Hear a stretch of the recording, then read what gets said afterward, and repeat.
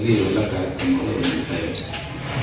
ಮೊದಲನೇದಾಗಿ ಅವರ ಸರ್ವೋದಯ ನಿಗಾ ಆಸ್ಪತ್ರೆ ಅಂತ ಧಾರವಾಡದಲ್ಲಿದ್ದಂಥ ಅವರ ಆಸ್ಪತ್ರೆ ಮತ್ತು ಅವರ ಸಂತಾನ ಸಾಫಲ್ಯ ಕೇಂದ್ರ ಧಾರವಾಡದಲ್ಲಿ ಮತ್ತು ನ್ಯಾಷನಲ್ ಮೆಡಿಕೋಸ್ ಆರ್ಗನೈಸೇಷನ್. ಮೆಡಿಕೋಸ್ ಅಂದರೆ ವೈದ್ಯಕೀಯ ವಿದ್ಯಾರ್ಥಿಗಳು, ರಾಷ್ಟ್ರೀಯ ವೈದ್ಯಕೀಯ ವಿದ್ಯಾರ್ಥಿಗಳ ಸಂಸ್ಥೆ ಮತ್ತು ನಾರಾಯಣ ದೇವಾಲಯ, ಧರ್ಮಸ್ಥಳ ಮಂಜುನಾಥೇಶ್ವರ ವೈದ್ಯಕೀಯ ಮಹಾವಿದ್ಯಾಲಯ ಮತ್ತು ಎಂಎಂ ಜೋಶಿ ನೇತ್ರ ವಿಜ್ಞಾನ ಸಂಸ್ಥೆಯ ಆಶ್ರಯದಲ್ಲಿ ಈ ಒಂದು ಇಡೀ ದಿನದ ಕಾರ್ಯಕ್ರಮ ಅವರು ಹಮ್ಮಿಕೊಂಡಿದ್ದಾರೆ.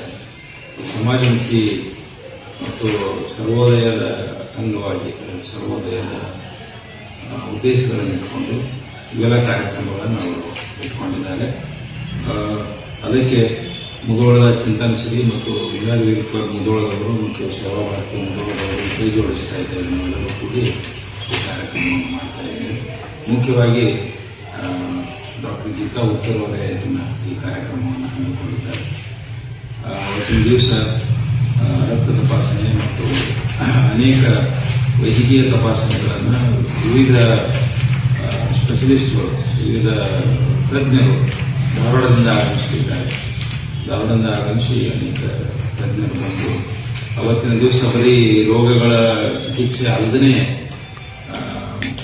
ಅನೇಕ ಆರೋಗ್ಯ ಕಾರ್ಯಕ್ರಮಗಳನ್ನು, ಆರೋಗ್ಯ ತಿಳುವಳಿಕೆಯ ಕಾರ್ಯಕ್ರಮಗಳನ್ನು ಹಮ್ಮಿಕೊಳ್ಳಲಾಗಿದೆ.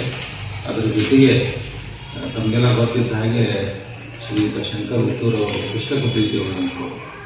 ಹೀಗಾಗಿ ಅವರ ಪುಸ್ತಕ ಪ್ರದರ್ಶನ ಮತ್ತು ಮಾರಾಟ ಅವುಗಳನ್ನು ಕೂಡ ಇಟ್ಕೊಳ್ಳಲಾಗಿದೆ.